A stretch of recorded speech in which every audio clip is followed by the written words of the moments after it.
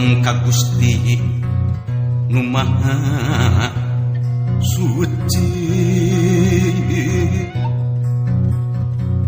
ngedapang jiat pangraksa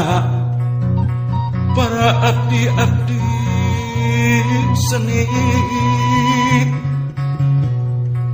sejak ngaguar larangatan titis waris ini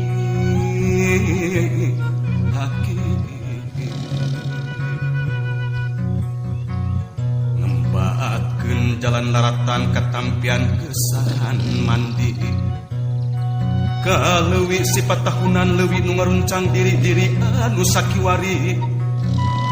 rek muru lulurung tujuh ngaliwat ka pajajaran pongan hayang pulang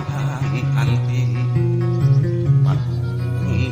padung dengan jeung musikna pancikan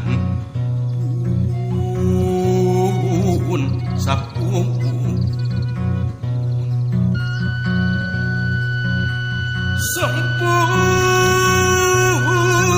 sampurasun karumuhun kahyang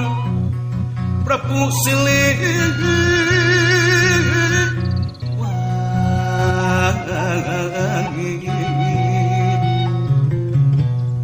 Numur padi pajajaran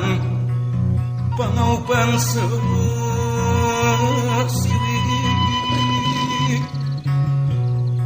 nugelar di tata Sunda